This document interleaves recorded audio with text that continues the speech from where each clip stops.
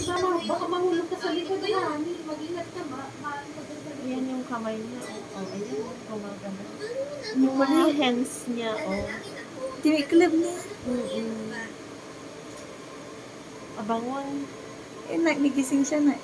Ha? Ano yan? Gising siya. Mga hands niya, oh. Ano yung design siya? Gumagalaw siya.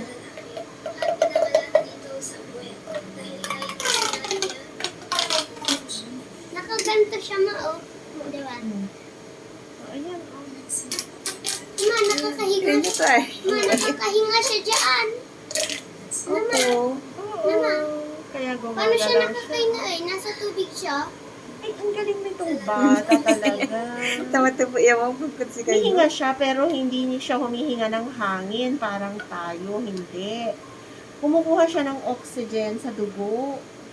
May pusod siyang ganyan, galing kay mami. Doon siya humihinga. Doon siya kumukuha ng oxygen. Pero may tubig yung lungs niya. Pero humihinga, hindi pa siya humihinga ngayon kasi maliit pa siya. Pero buhay siya.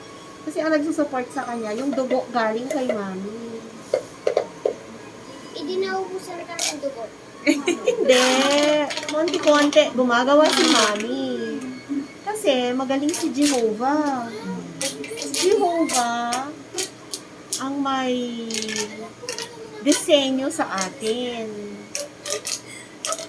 Kaya ganon tayo.